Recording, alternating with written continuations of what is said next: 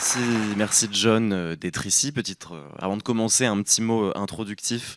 J'aimerais bien donner un sous-titre à cet échange, à ce dialogue, cette masterclass, comme d'ailleurs vous l'avez appelé avant plutôt que masterclass, et l'appeler Being John Smith, déjà parce que c'est le titre de votre dernier film en date, ensuite parce que ça résume assez bien votre œuvre, dans laquelle votre place est devenue petit à petit centrale, sans forcément être autobiographique, on en parlera après, en tout cas au cœur des films. Et ce sera l'occasion peut-être de comprendre ce que c'est d'être John Smith comme cinéaste, comme voix, comme corps, comme personnage peut-être, et de traverser votre filmographie et votre parcours jusqu'à une question finale. Qu'est-ce que c'est réaliser un film de John Smith aujourd'hui? En tout cas, merci d'être ici. Et alors, on a une expression en France qui dit une image vaut mieux que 1000 mots, mais je crois que vos films reconfigurent un peu cette expression. Et j'aimerais peut-être qu'on commence par regarder deux extraits de votre filmographie, de Girl Chewing Gum et Shepherd's Delight. Now, two pigeons fly across and everything comes up again until the girl chewing gum walks across from the left.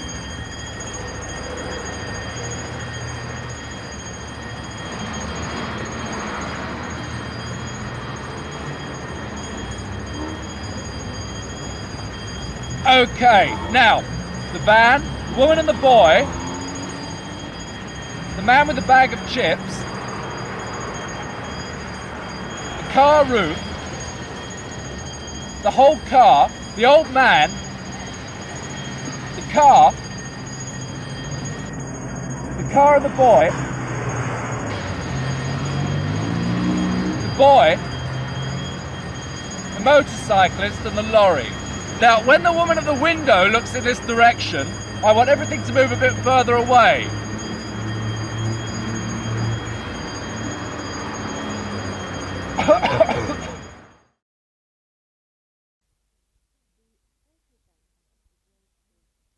The social function of the joke is to affirm that particular abstract notions or repressed feelings are common to the members of its audience. The joke can enable individuals to compare their impressions of reality without having to articulate them themselves. A consensus that a joke is good, usually communicated by laughter, is enough to reassure the audience that its sensibilities are universal. The object of the exercise is to create a feeling of comfort. The absurd joke often creates this feeling of comfort in an indirect way by initially bewildering the audience and actually generating feelings of discomfort. These feelings are played upon until the last moment when the audience, to their relief, are released by the joke and consequently experience comfort in relation to their previous uneasiness. More importantly, they realize that the discomfort stimuli of the joke have been deliberate and that their discomfort was shared. Thus, the comfort effect is doubled.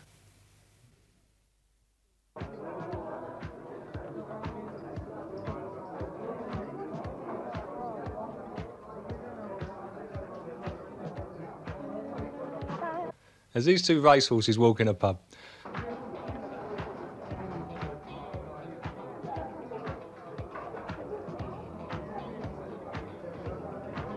One said, I've got a story to tell you.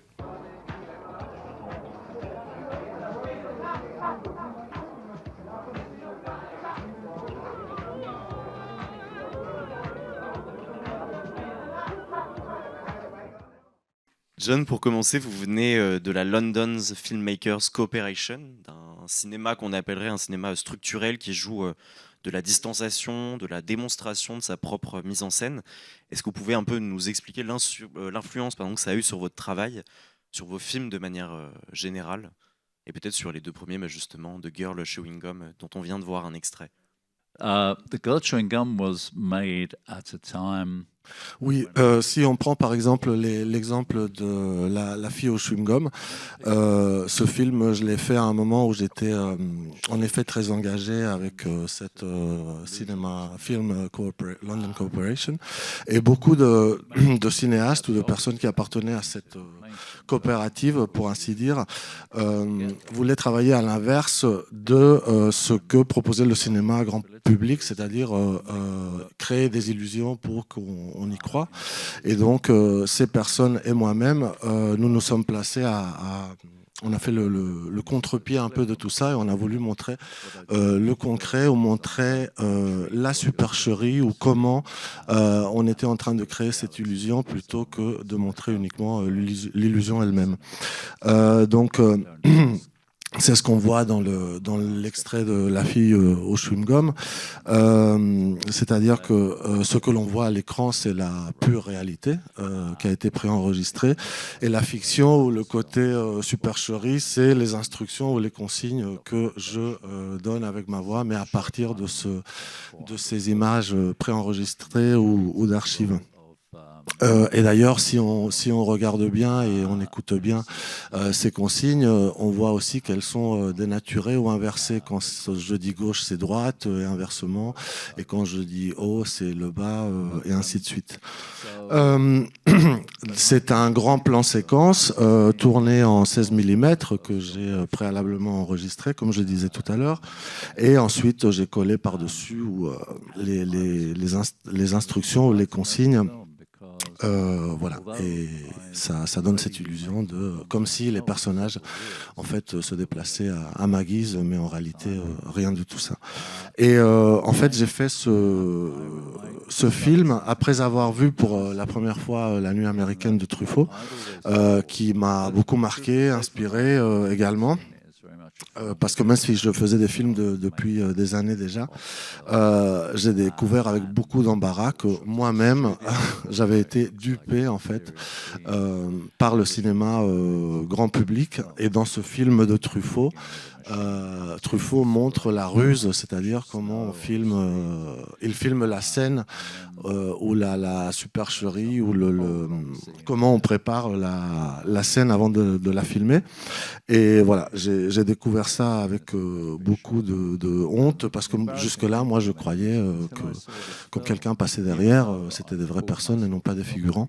Donc voilà.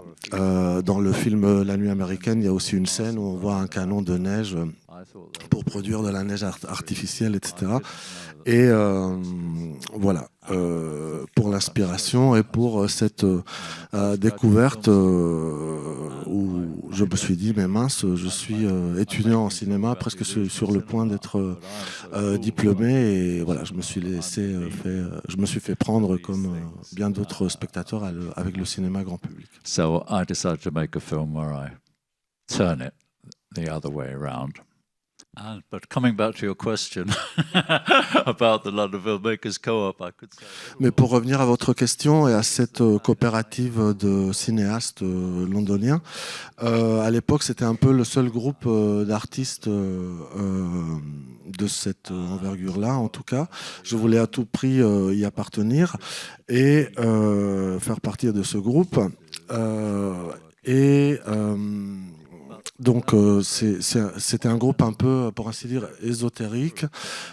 Ça brouillonnait d'idées, etc., que je trouvais extrêmement intéressantes. Mais voilà, il fallait bien connaître ce qui était à l'œuvre pour pouvoir entrer dans ce petit groupe, et surtout le discours de l'époque sur le cinéma indépendant, etc. Et étant donné que la plupart de mes amis n'avaient pas fait d'études supérieures, n'avaient pas fait d'études artistiques, etc. Je voulais à la fois faire partie de ce groupe d'artistes, et que mes amis voient aussi mon travail, C'était deux univers qui étaient à l'origine, qui paraissaient inconciliables. Et donc très vite, dans ma manière de faire des films, un des piliers, ça a été de faire des films accessibles, donc pour mes amis et pour tout le monde, pour le grand public, et en même temps en fuyant les techniques qu'utilisait le cinéma grand public. Donc voilà, je me suis, pour moi, et depuis ça c'est resté, c'est-à-dire que je fais des films pour toute personne suffisamment ouverte d'esprit pour y accéder, les comprendre sans forcément une préparation ou sans que ça soit forcément quelqu'un qui est issu du cinéma ou qui connaît bien cette discipline. Operate in relation to mainstream cinema, so although they are subverting mainstream cinema, they can be understood without any particular specialist knowledge. Je rebondis sur cette question du rapport au spectateur. J'ai choisi notamment un extrait de Shepherd's Delight, déjà parce que vous l'avez décrit un peu comme un film de transition par rapport à cette période structuraliste. Ensuite, parce qu'il est question de l'inconfort, de l'humour, du réconfort qu'il peut provoquer. Et il est aussi question de sensibilité universelle du public. Et je sais que vous parlez souvent dans vos interviews de feedback avec les spectateurs. Je voulais savoir si vous pouviez un peu revenir sur ce terme et cette question de la complicité avec le public. Thank you for showing that short excerpt because... Merci de ce montage, de cet extrait d'ailleurs que je trouve formidable. Je ne montre presque jamais ce deuxième film qu'on a vu tout à l'heure, enfin l'extrait parce qu'il est trop long. Mais merci beaucoup d'avoir fait ce montage, ça m'a donné des idées. Et je crois qu'à l'avenir, je vais utiliser précisément ce morceau que vous avez choisi, donc merci beaucoup. Donc dans cet extrait, je commence par parler d'une blague. Mais en fait, comme vous avez pu le constater, très vite, on s'inquiète de comment le public va réagir, en l'occurrence dans cette soirée. Mais en fait, dans mon cinéma, c'est une constante. C'est-à-dire que je suis tout le temps extrêmement à l'écoute ou préoccupé par comment le public va prendre telle ou telle scène, tel ou tel film. C'est-à-dire que je suis constamment à la fois du côté de la personne qui réalise un film ou qui est en train de le construire et du côté du spectateur lambda pour savoir, parce que ce qui m'intéresse, c'est voilà, la réaction des spectateurs par rapport à ce que je fais. Et donc, même si je ne montre jamais mes films avant de les terminer, je deviens moi-même, ou j'essaie de devenir moi-même un spectateur lambda pour savoir voilà, comment mes films, mes créations vont être reçus. Et c'est quelque chose de primordial pour moi dans tout ce que je fais, ce soin ou cette préoccupation pour le ressenti du public ou des spectateurs. Et d'ailleurs, quand je participe à un festival, à une projection, etc., j'aime rester dans la salle parce que j'adore écouter les réactions de la salle. C'est-à-dire, j'aime beaucoup les gens... entendre les gens rire, etc. C'est horrible quand c'est très silencieux. Là, c'est assez déprimant. Mais habituellement, la salle réagit pas mal et c'est un bonheur pour moi de ressentir ça parce que je trouve qu'il y a là une sorte de communion avec le public, de partage, d'expériences partagées et vécues en même temps par plein de personnes.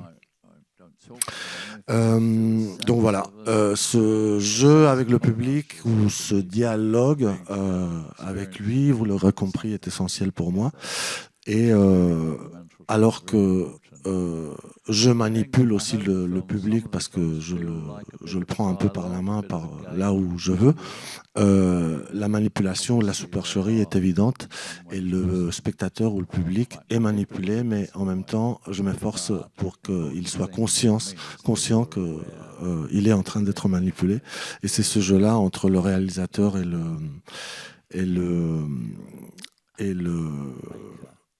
et le public, les spectateurs, voilà, ce dialogue constant, cette conversation que je trouve extrêmement intéressante. Parfois, ce genre de film ou d'extrait est présenté plutôt dans des galeries d'art. Là, c'est encore autre chose, un autre niveau, parce que souvent, je m'arrange pour qu'il y ait un seul écran avec des casques, et donc je m'amuse à observer la réaction de la personne pendant qu'elle regarde l'extrait. I'll show some of these works on a monitor with headphones, so it's a kind of one-to-one situation, which I think can work quite well. Merci John, je propose qu'on regarde un autre ensemble d'extraits avec une petite surprise dont je parlais avant, d'un film qui, je crois, vous tient à cœur.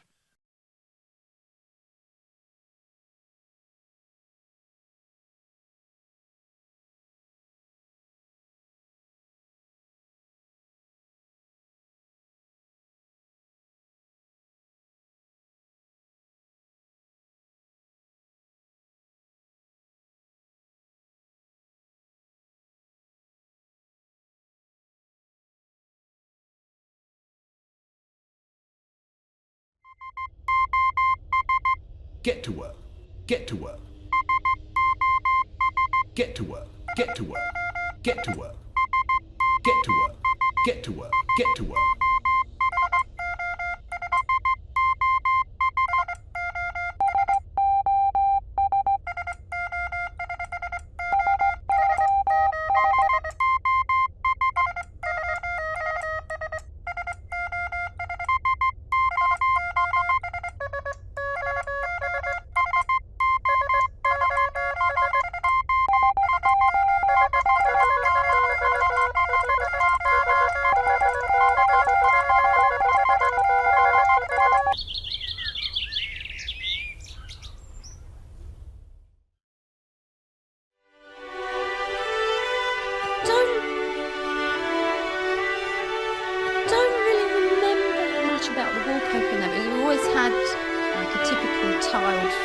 Fireplace.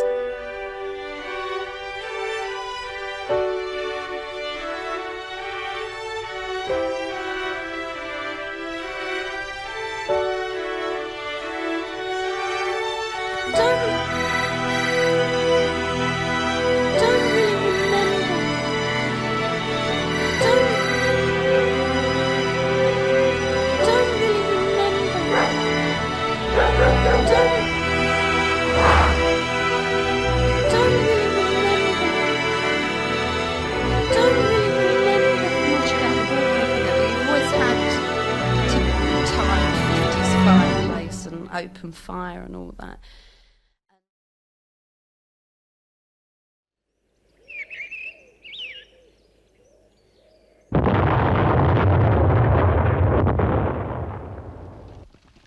I was woken up by the smell of burning and opened my eyes to see the rising smoke. I stamped out the flaming edge of the newspaper and my eyes focused on an article about the tower block demolition on Hackney Marshes the previous Sunday. I looked at the photograph of the leaning building and remembered my conversation with the newsagent. I decided to go back to his shop.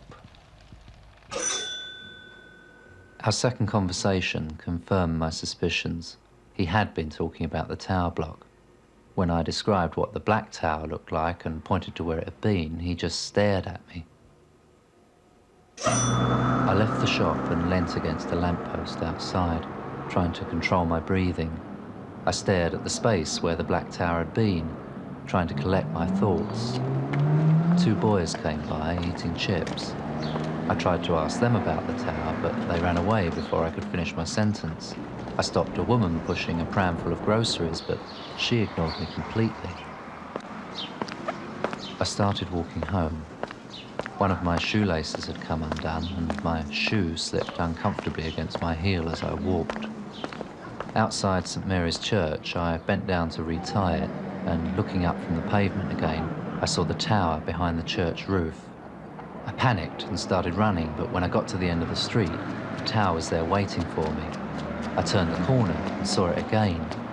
I kept running, taking different turnings, but whenever I looked up, I saw the tower. Whichever way I ran, it was always in front of me.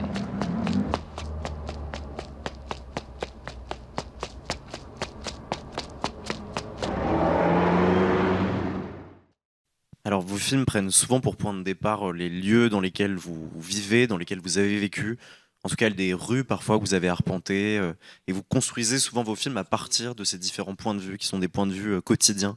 Est-ce que vous pouvez peut-être un peu nous parler de cette caractéristique de votre travail et peut-être aussi nous dire un mot sur ce film de William Raban que je crois vous aimez beaucoup et qui fait le lien d'une certaine manière? Well, I'm glad you showed the excerpt. Merci d'avoir montré cet extrait du film de William Ravens, parce que c'est un film qui m'a beaucoup marqué, et c'est un réalisateur qui m'a beaucoup marqué aussi, et qui faisait partie de la coopérative de cinéastes londoniennes dont on parle depuis tout à l'heure. Voilà, c'est un film qui m'a beaucoup impressionné, et c'est qui a été tourné autour de là où ce réalisateur habitait. Et en fait, voilà, il a créé toute une série d'images assez puissantes, de mon point de vue, autour d'un espace cubique qui est la fenêtre, une fenêtre chez lui, à laquelle alors, il a utilisé une caméra au bout de laquelle il y avait un fil qu'il a attaché à la fenêtre, et ainsi ça lui donnait une sorte d'arc, et il s'est contraint de filmer en fait uniquement, de prendre des prises à partir de ce que permettait en fait cette ficelle. Qui dessinait comme un demi-cercle, un peu comme si on avait un chien attaché à une laisse en fait, et que on ne pouvait filmer uniquement voilà, ce que le chien voyait à partir de ces angles-là. Et donc j'ai pris conscience avec ce film que du fait qu'on peut créer des films avec des ressources très limitées. On n'a même pas besoin de quitter son chez-soi pour faire des films, ce n'est pas nécessaire en tout cas. Et d'ailleurs, c'est aussi une constante dans mon travail. Je filme, si je le peux, à l'intérieur, dans mon intérieur, ou alors je sors la caméra par la fenêtre, mais je voyage très rarement à l'étranger, ou me déplace très rarement pour faire des films, en tout cas.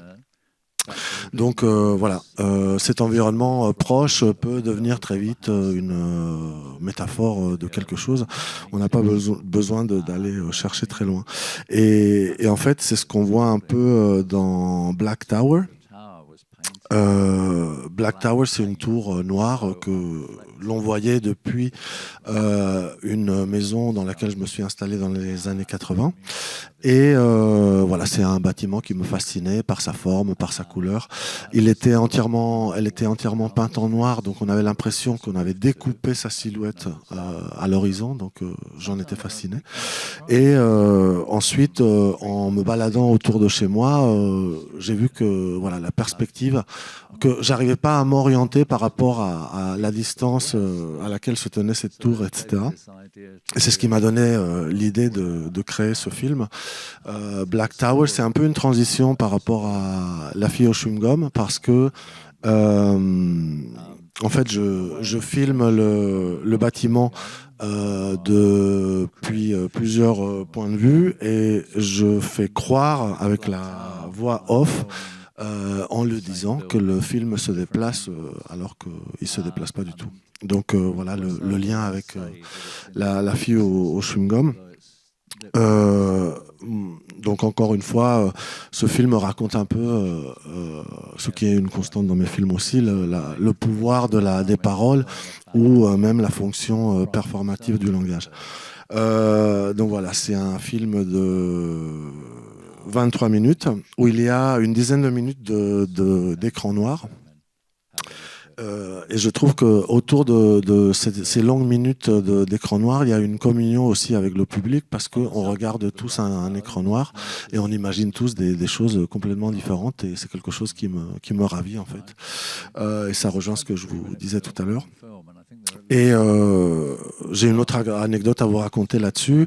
Il y avait eu un sondage dans les années 50 de la BBC autour des émissions pour enfants, Parce que bon, il y avait des émissions radio depuis très longtemps pour les enfants, mais à la télé c'était beaucoup plus rare.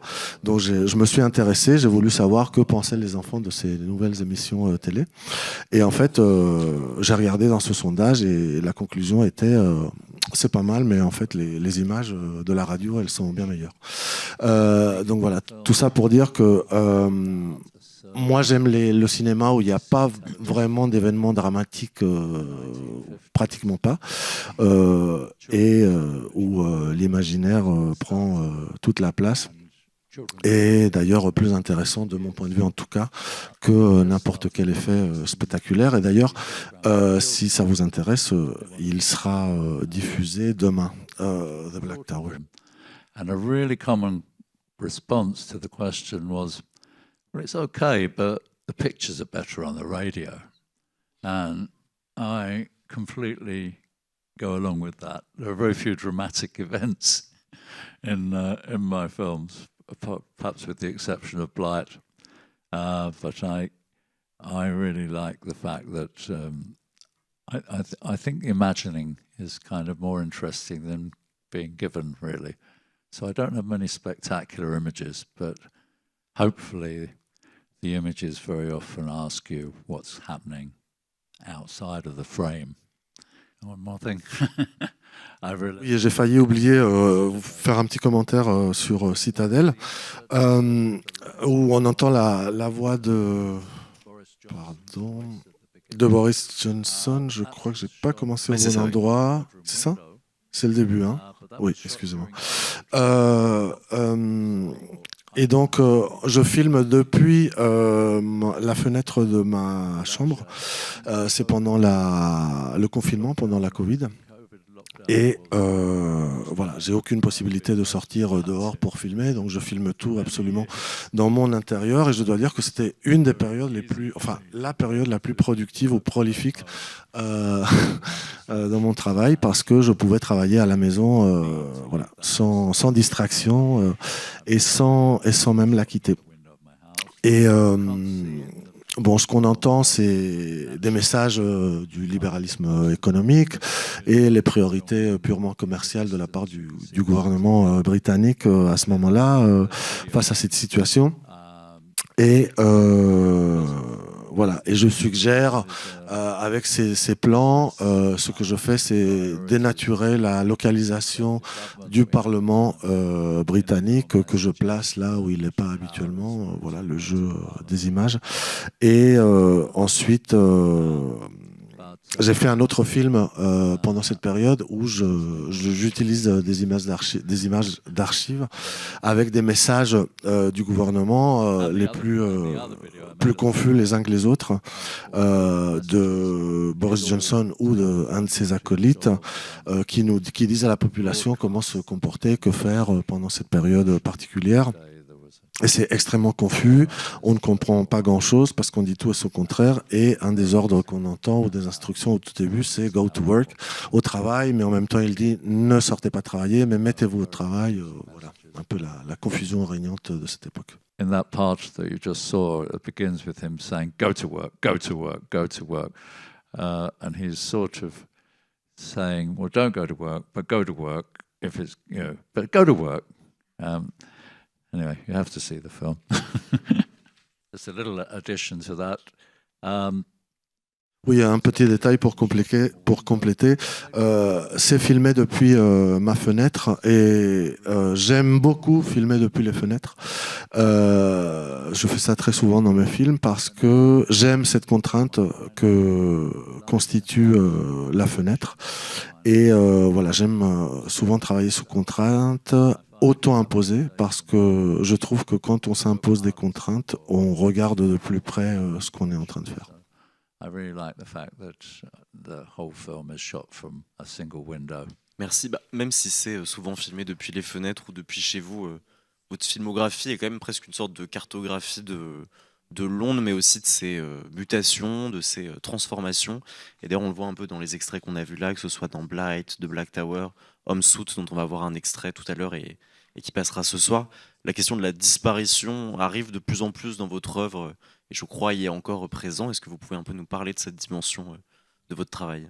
Oui, je pense que, pour répondre à votre question, plus on s'intéresse à notre environnement proche, aux villes, aux quartiers, etc., et plus on est conscient de leur mutation, de leur changement, etc., à force de regarder. C'est quelque chose qui me fascine, c'est-à-dire les mutations des lieux dans lesquels j'ai vécu, travaillé, etc. Et d'ailleurs, à tel point que j'ai refilmé, j'ai essayé de recréer La fille au chewing-gum, mais des années plus tard, La fille au chewing-gum date de 1976, et j'ai essayé de refaire, pas le même film, mais un film avec le même décor, en 2011. Cette fois-ci en haute définition et en couleur, bien sûr. Mais en fait, ce qui était relevé de la science-fiction en 1976, la date du film original. Mais c'est une manière aussi de prendre conscience moi-même des mutations d'un endroit en particulier, en l'occurrence cette rue de Londres. C'est curieux, en 2011, tous les passants qui traversent ce décor ont un smartphone. C'est la raison pour laquelle le film s'appelle L'homme qui appelle sa mère, si j'ai bien compris. C'est ça. Et j'ai tout simplement passé le film d'origine sur mon smartphone, et ensuite j'ai essayé de recréer exactement les mêmes mouvements de caméra, etc. qu'en 1976. Et je me suis aussi amusé à me penser ou à me dire que, si ça se trouve, certaines des personnes qui passaient par là en 2011 avaient déjà au préalable rencontré ma caméra en 1976. Donc voilà, c'était un peu un fantasme, mais voilà ce que j'aurais voulu. Je ne saurais jamais, puisqu'il faudrait que ces personnes voient mes films pour s'y reconnaître. Mais voilà, mais cette notion du temps qui passe est extrêmement importante, et je dirais essentielle même dans mes œuvres.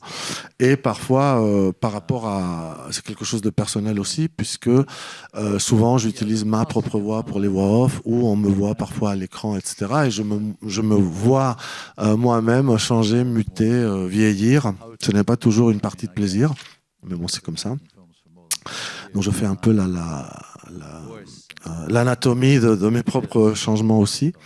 Et c'est quelque chose qui est très présent dans Hotel Diaries, qui sera projeté demain. C'est une série de films, en l'occurrence entre 2001 et 2007, tournés dans des chambres d'hôtels différentes, dans différents pays, pendant la prétendue guerre contre la terreur ou le terrorisme de Bush et Blair, en Afghanistan, mais pas que.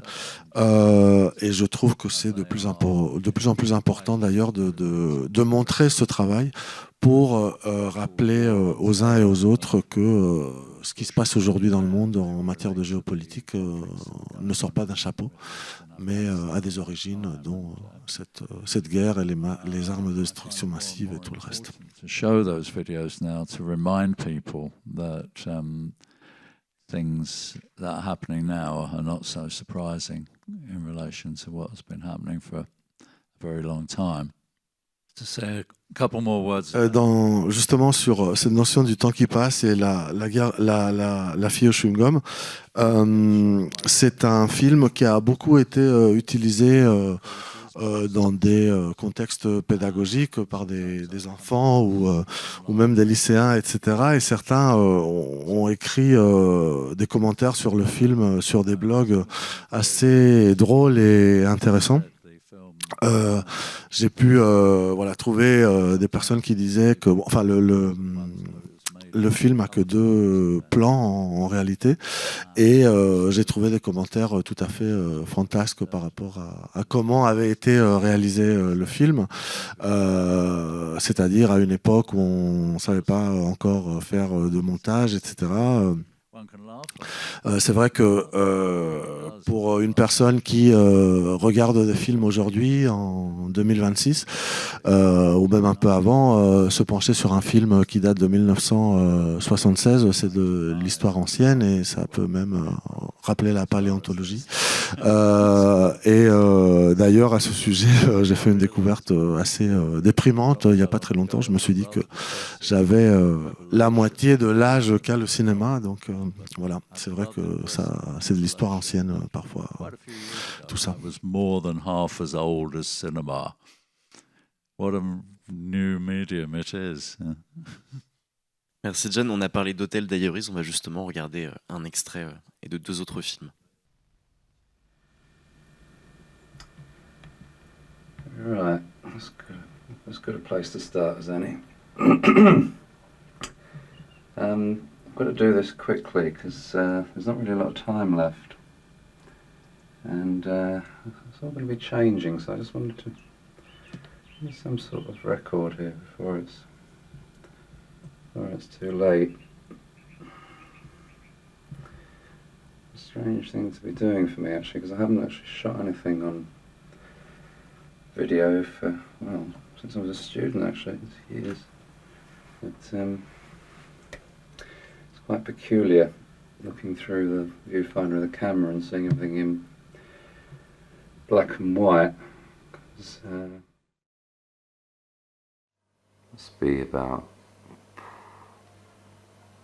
well, it's certainly over 15, maybe 18 minutes now. This image has been frozen on the TV screen. What's it doing? Can't look at my watch because that'll make the camera go shaky, but 1:41. What happened in London at 1:41 on Monday the 8th of October 2001? Did anything happen?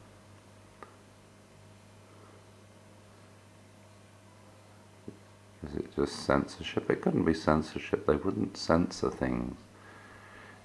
They wouldn't censor things in such an obvious way. They wouldn't just stop. They'd do something which made us think that they hadn't. They wouldn't just pull the plug.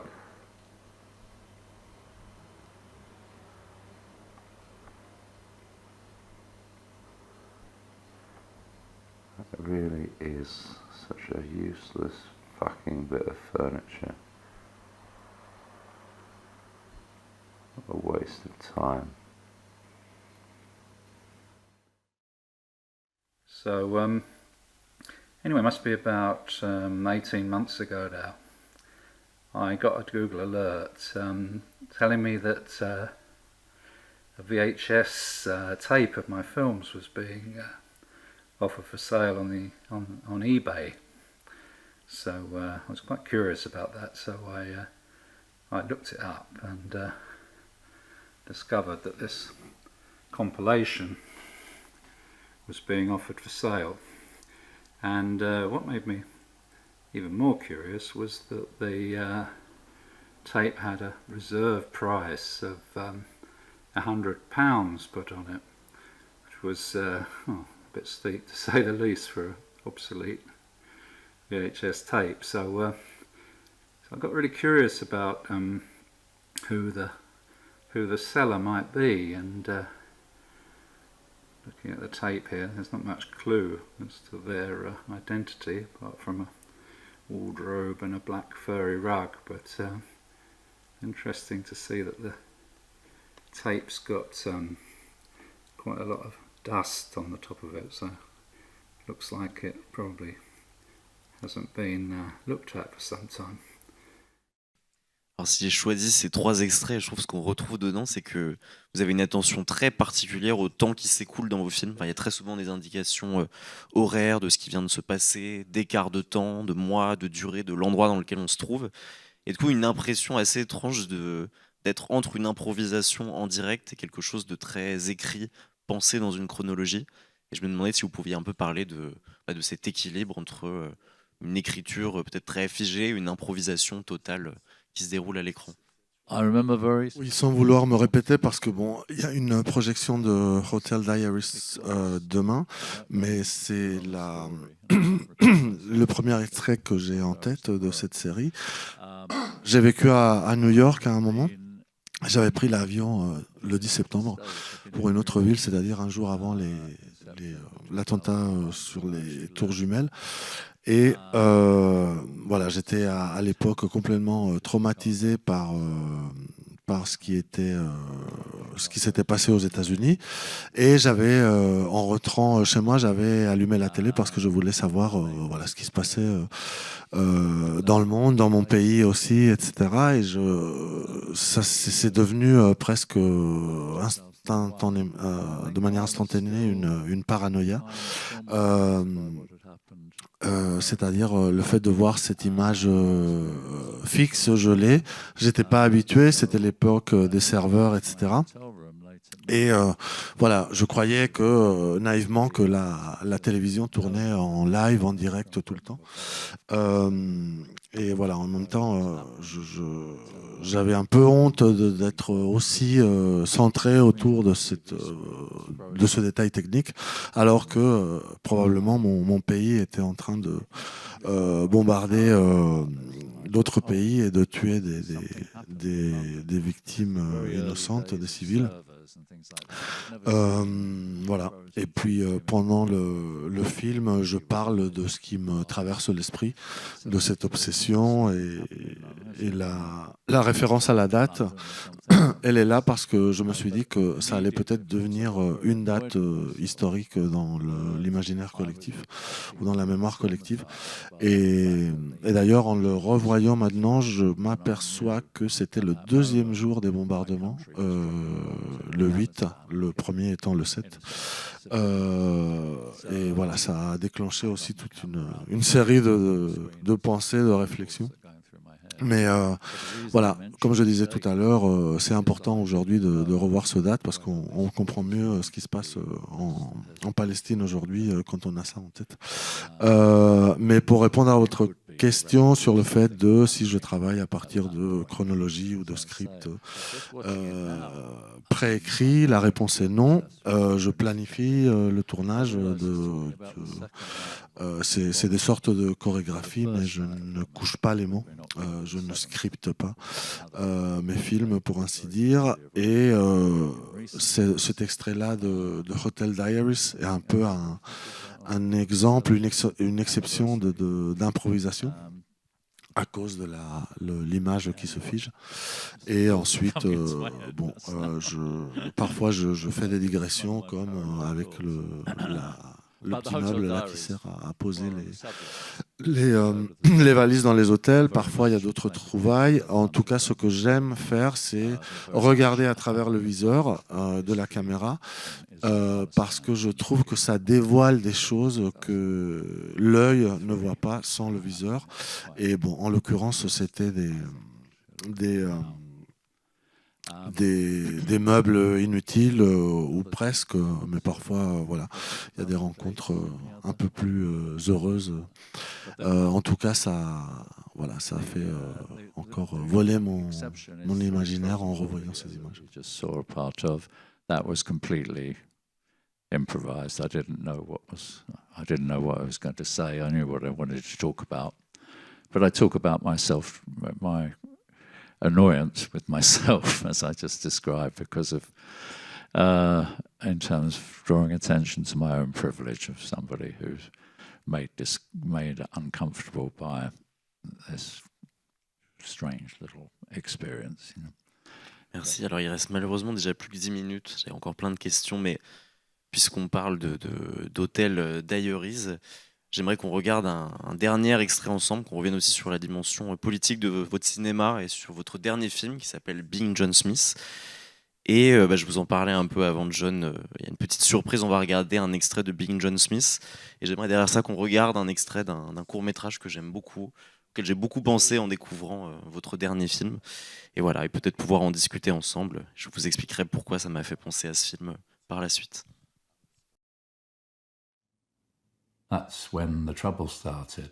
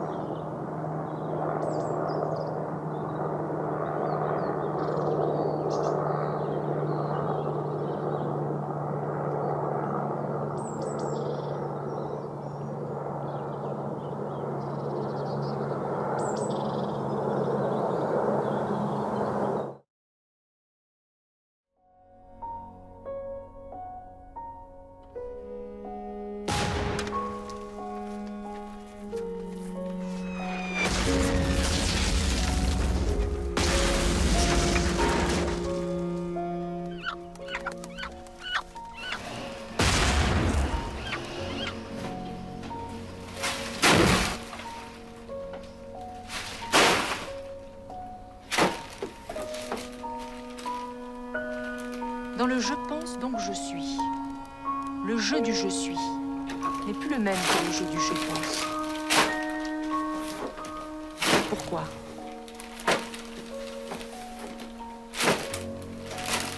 Le sentiment que j'ai de l'existence n'est pas encore un moi.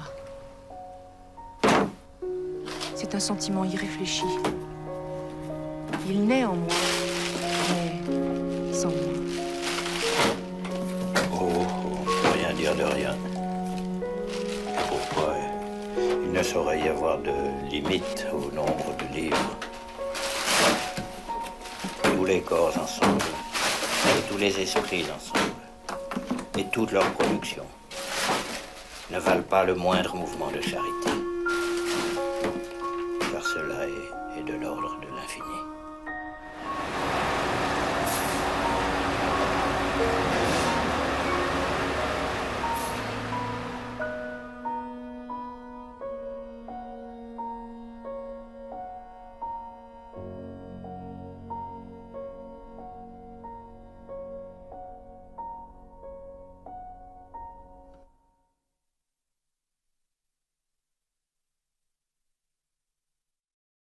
C'est un film que j'aime beaucoup, comme j'aime beaucoup Being John Smith. Et c'est parce que pour moi, c'est deux films qui posent aussi la question de faire naître des images. À un moment, on pense que peut-être que c'est la fin des temps, la fin de quelque chose, bien que 25 ans les séparent. C'est un film d'ailleurs que Godard a remonté par la suite pour l'adresser aux Palestiniens, comme votre film intègre un moment le message Stop the Genocide. Et enfin, c'est deux films qui racontent un certain échec peut-être de l'image, de la fin du cinéma, tout en continuant à en faire. Et voilà, j'avais peut-être envie que vous nous parliez de qu'est-ce que c'est faire des films aujourd'hui, sachant que Being John Smith raconte un peu cette impossibilité aujourd'hui peut-être de faire du cinéma. Je trouve que Godard est bien plus poétique que je ne le suis. Mais en tout cas, en 2024, j'ai partagé l'affiche avec lui lors d'un festival. Et c'était très bien d'ailleurs parce que personne ou presque dans la salle connaissait mon travail. Donc ça a été une porte d'entrée. Ils sont tous venus voir Godard et en même temps, ils ont découvert mon travail. Et en plus de ça, Godard n'étant pas dans la salle, j'ai eu le bord plateau et l'échange avec le public que pour moi, donc c'était un double gain. Bon, je sais pas, je dirais que Godard est assez optimiste par rapport à l'avenir. Je ne sais pas, en tout cas, ça m'a donné envie de voir ce film que je ne connaissais pas. J'y retirerai peut-être les images des camps de concentration parce que dans mon cinéma, je fais l'inverse, c'est-à-dire que j'ai tendance à occulter ces images-là, plutôt à en parler sur d'autres images. Mais c'est quelque chose que je trouve très intéressant, que j'aimerais voir d'ailleurs. Merci, il nous reste un tout petit peu de temps. On peut déjà applaudir John Smith une première fois. Et s'il y a peut-être une ou deux questions dans la salle, je vous fais tourner le micro. En français, le son est très important dans vos films, et en particulier, je m'étais interrogé sur la façon dont avait été enregistré The Girl Chewing Gum, avec ce son ininterrompu de la circulation. Est-ce que c'était ce qui se passe? Est-ce que vous avez enregistré cette partie-là, cette couche sonore-là, au moment où vous filmiez? Et qu'est-ce que c'est que ce son d'alarme que l'on entend en permanence? Donc je me suis demandé combien de couches sonores, de layers of sound il y avait. Oui, la structure de la bande-son est assez simple. Comme vous l'avez dit vous-même, j'ai filmé le son de la rue, c'est-à-dire la circulation, les passants, etc., et ma voix. Et en fait, l'alarme ou la sonnerie, c'est quelque chose que je n'avais pas du tout prévu, avec laquelle j'ai dû composer, mais ça a donné quelque chose de... Enfin, c'était un exemple de sérendipité, finalement. J'avais emprunté l'équipement à mon école de cinéma. Et il fallait que de ce fait, il fallait que je filme ce jour-là et non pas un autre, parce que sinon il aurait fallu que j'attende des semaines avant de pouvoir refilmer, c'est-à-dire que l'équipement soit disponible, etc. Donc voilà, je devais faire avec. C'était ce jour-là ou rien, et de ce fait, j'ai dû maintenir ou intégrer la sonnerie ou l'alarme, et j'ai fini par en faire quelque chose. J'ai attendu d'abord voir si elle s'estompait ou si elle disparaissait, et voyant que ce n'était pas le cas, j'ai décidé de filmer avec ce son. Et il y a eu voilà, d'autres rencontres heureuses. J'ai attendu tellement longtemps qu'une ligne d'attente s'est formée à l'extérieur d'un cinéma. Je ne savais pas qu'il y avait des séances l'après-midi, mais je pense que c'était pendant les vacances scolaires, donc on emmenait des enfants avec une sortie de classe au cinéma. Et ensuite, pour justifier de cette alarme, je ne sais pas si vous avez vu tout le film, mais vers la fin, en fait, je raconte qu'il y a un bureau de poste qui vient d'être cambriolé par un individu. Et en fait, voilà, c'est comme ça que je me suis arrangé en suggérant que c'était l'alarme de la poste qui sonnait. Et ensuite, voilà, j'ai mis comme coupable un homme qui passe avec un trench coat. D'ailleurs, ça pourrait être dans un film de Godard, vu la tenue vestimentaire et les regards en arrière, etc. Mais voilà, tout ça s'est fait rétrospectivement. Et puis... Et ensuite, j'ai enregistré les consignes. Ce qui était important, c'était que ça soit un seul plan séquence du point de vue conceptuel. Et ensuite, voilà, je me suis mis à décrire ou à prescrire, à décrire ce qui se passait d'abord dans le film. Et puis voilà, ça donne une impression d'ordre ou de consigne aux passants. Et voilà, ensuite j'ai commencé à parler de personnages, c'est-à-dire un nettoyeur de vitres, etc.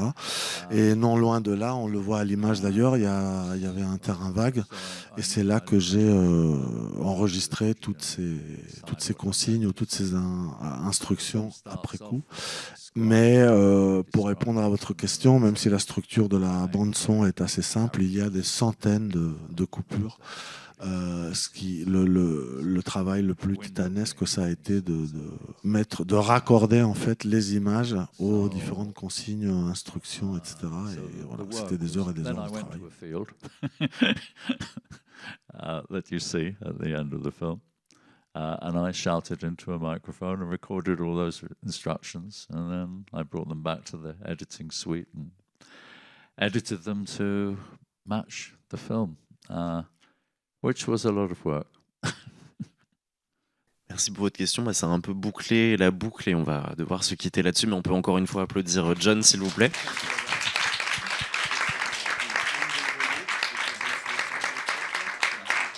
Et on se retrouve donc à 20h pour Homsu, dont vous avez vu un extrait juste Merci avant. beaucoup. Thank you. Demain pour une séance de court-métrage et donc Hotel Diaries, comme l'a dit John, à partir de 17h30. Merci, à bientôt.